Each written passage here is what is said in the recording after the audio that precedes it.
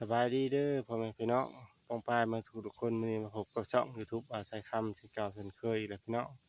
มื้อนี้บ่าวสายคำสิพาพี่น้องมาทุกคนมาเบิ่งรถที่ไฟฟ้าพี่น้องสิมารีวิวให้เบิ่งพี่น้องว่ามันดีแนวใดใช้ดีใช้คักบ่ได้พี่น้องซื้อมานี่ก็ได้เกือบ2อาทิตย์แล้วพี่น้องเอ้ยอาทิตย์ปลายก็กลัวาซื้อราคาอยู่6,300พี่น้องว่าจะคำซื้อให้ร้านขี่ขี่ในบ้านขี่ไปซื้อของกินไปหันไปนี่พี่น้องเอ้ยก่อนที่เขาไปรับชมคลิปก็ฝากพี่น้องกดไลค์กดแชร์กดติดตามช่อง YouTube ให้บ่าวใช้คำเด้อพี่น้องเด้อเพื่อว่าสิเป็นกำลังใจให้บ่าวเฮ็ดคลิปต่อไปเป็นรถถีบไฟฟ้าพี่น้องแต่ว่าเป็นของจีนเป็นสินค้าของจีนแต่ว่าดีได้อพี่น้องเอ้ยดีสมควรขึ้นกับผู้ใช้ไปพี่น้องไปเบิ่งนำกันพี่น้องฝากกดติดตามช่อง YouTube เด้อพี่น้องเด้อไปอันนี้ก็จะเป็นรูปโฉมมันเด้อพี่น้องเด้อรูปโฉมมันทั้งหมดพี่น้องเราเป็นมีบอลเหยียบพี่น้องมากับโตมันพี่น้องอันนี้สิเป็นบอลเหยียบแต่ว่าอันสิเป็นรุ่น5,000มันสิบ่มีบอลเหยียบพี่น้องเอ้ยมันสิมีแต่บอลเหยียบนี่โลดพี่น้องอันนี้เป็นบอลเก็บเครื่องเล็กน้อยพี่น้องนี่อยู่ในกินนะพี่น้องเอ้ยไปซื้อไปยังแม่นเก็บชนิดได้พี่น้องเอ้ยอันนี้เป็นนั่นบันไดของมันพี่น้องบันไดที่ของมันแต่ว่าบ่ทันได้หันใส่นะพี่น้องนี่พี่น้องเวลาที่ว่ามืดไฟมืดแบตนั่นหันใส่พี่น้องถีบเอาปั่นนะพี่น้องเอ้ยอันนี้จะเป็นตาเลี้ยวพี่น้องเอ้ยเป็นตาเลี้ยวเบิ่งบ่าวใช้คำสิเปิดให้เบิ่งเด้อพี่น้องเด้อเฮ็ดนำกัน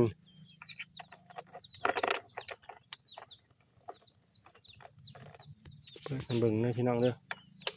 นี่พี่น้องหน้าเข็มไม้มันนี่พี่น้องหน้าปัดมันสิเป็นเป็นอยู่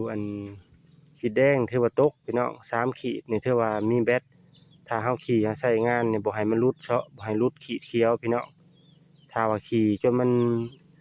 นฮอดขีดแดงนี่หม้อไฟมันสิเก็บบ่ได้พี่น้องเอ้ยต้องสากโลดยังเหลือขีดเขียวขีดหนึ่งนี่สากโลดพี่น้องสากเข้าโลดอันนี้สิเป็นความไวพี่น้อง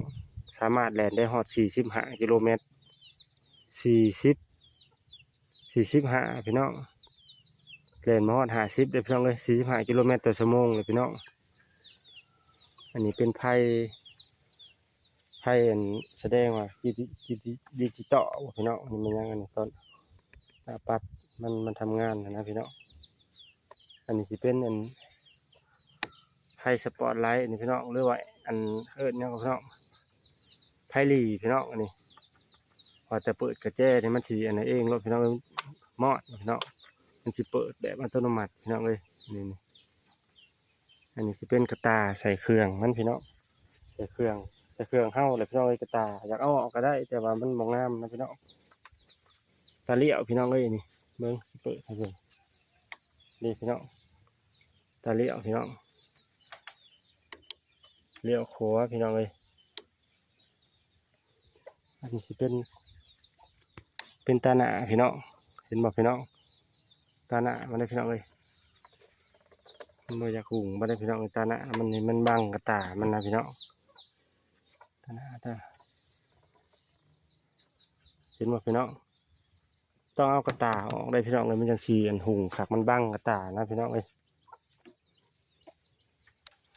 อันนี้สิเป็นปุ่มเปิดตาเลยพี่น้องเด้อปุ่มเปิดตานี่สิเป็นปุ่มอันนี้ตาเลี้ยวนี่พี่น้องเป็นแก้นี่พี่น้องแต่หรือว่าแก้อะไรพี่น้องเลยบ้านเขาว่าแก้หรือว่าแต่อะไรพี่น้องแบบนี้จะทอดหลังพี่น้องอันนี้สิเป็นเลขพี่น้องเลยมีสามระดับเลข1เลข2เลข3เลข1พี่น้องเลข2เลข3พี่น้องเลย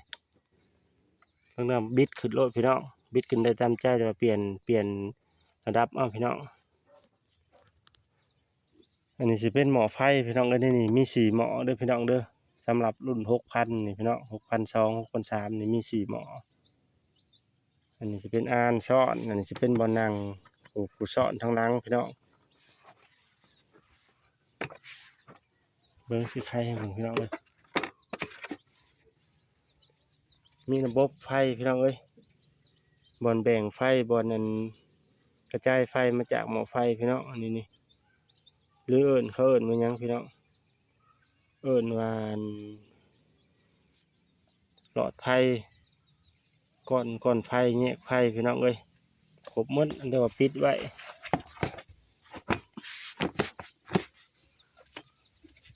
ตาหลังพี่น้องอันนี้ตาหลังแต่มันสิใช้มอเตอร์ได้พี่น้องเอ้ยมอเตอร์ไฟฟ้าใส่มอเตอร์พี่น้องมีสายไฟมาหนึ่งใส่มาบวกมาใส่กันกับหลบนี่พี่น้องเอ้ยแต่ว่าเพิ่นสิบ่ให้อันน้ำถึกพี่น้องรุ่นนี้กันน้ำบ่ได้เด้อพี่น้องถ้าว่าน้ำเข้านี่มันมอเตอร์มันสิช็อตรถพี่น้องถือว่าใช้บ่ได้บ่ให้ล้างมีแต่เสร็จเอาพี่น้องเป็นคันสีผ้าพี่น้องเอ้ยยี่ห้อกับโกLD พี่น้องหรือว่าโกดบ่โก้มบ่พี่น้องโก้บ่บ่าวอ่านบ่อยากออกเบิ่งเอาพี่น้องเอ้ยถ้าว่าผู้ใดสนใจก็ซื้อให้ลูกให้หลานได้เด้อพี่น้องเอ้ยขี่สะดวกสบายเด้อพี่น้องอันนี้มันสิเป็นนั่นเป็นล้อลมมันบ่พี่น้องอันนี้ล้อลมมันนั่นมันใส่มันบ่ได้มีใส่เด้อพี่น้องเอ้ยสูบเข้าไปโลดเป็นยางแต่ว่าบ่มีใส่เด้อพี่น้องสูบเข้าไปเต็มขอบรถแบบรถใหญ่พี่น้องโชคอัพมีล้อซ้อพี่น้องโชคอัพมีหม้อก้อนไฟอยู่สี่หม้อพี่น้อง4หน่วยหม้อไฟ4หน่วยใส่ขักพี่น้องเอ้ยเด้อบาสิเปิดกระแจให้เบิ่งพี่น้องแล้วสิลองอันบิดให้เบิ่งเด้อพี่น้อง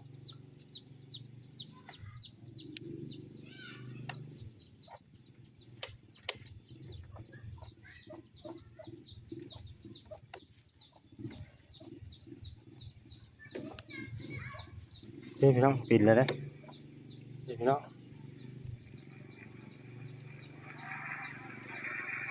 เลข1พี่น้องเอ้ยเลข1เลข2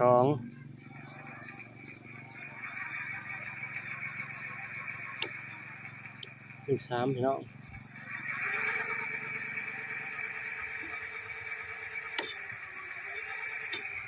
ไปเด้อพี่น้องเอ้ยแล่นได้เท่าไรพี่น้องบ่เด้อสิเบิ่งกันเด้อพี่น้องเด้อเลข3นี่เบิ่งกันเด้อพี่น้องเหลื่อมเนาะพี่น้องเนาะโอ้ย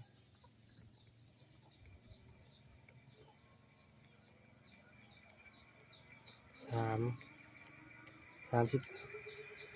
40 45พี่น้องแล่นจำได้45พี่น้องเอ้ย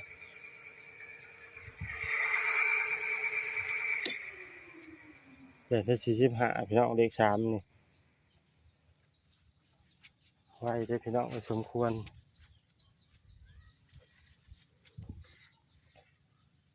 นี่พี่น้อง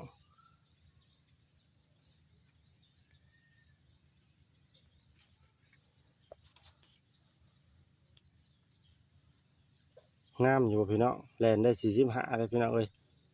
ขอบใจเด้อพี่น้องเด้อที่ติดตามเด้อพี่น้องเด้อคือว่าซื้อได้เด้อพี่น้องเด้อผู้ใดแต่ว่าเขามาเห็นคลิปใช้คำใช้แนวซื้อให้ลูกให้หลานได้พี่น้องผู้ใหญ่ก็ขี่ได้เด็กน้อยก็ขี่ดีพี่น้องเอ้ยแล่นได้45พี่น้องเลข3แต่ว่าผลดีของมันนี่คือบ่ได้เสียเงินนั่นใส่น้ำมันพี่น้องแต่ข้อเสียมันนี่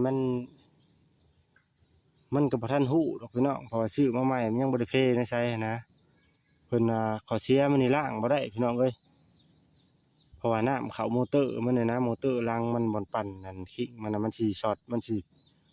ไปบ่ได้มันสิเพโลดนะพี่น้องเอ้ยข้อเสียของมันล้างบ่ได้รุ่นนี้นะถ้ารุ่นรถจักรไฟฟ้าน่ะสิกันน้ำพี่น้องเอ้ยนี่พี่น้องนี่กันน้ำบ่ได้พี่น้องเอ้ยล้างน้ำนี่เข้านี่ช็อตโลดเด้อพี่น้องเด้อฝากกดไลค์กดแชร์กดติดตามเด้อพี่น้องเด้อขอจบคลิปเด้อพี่น้อง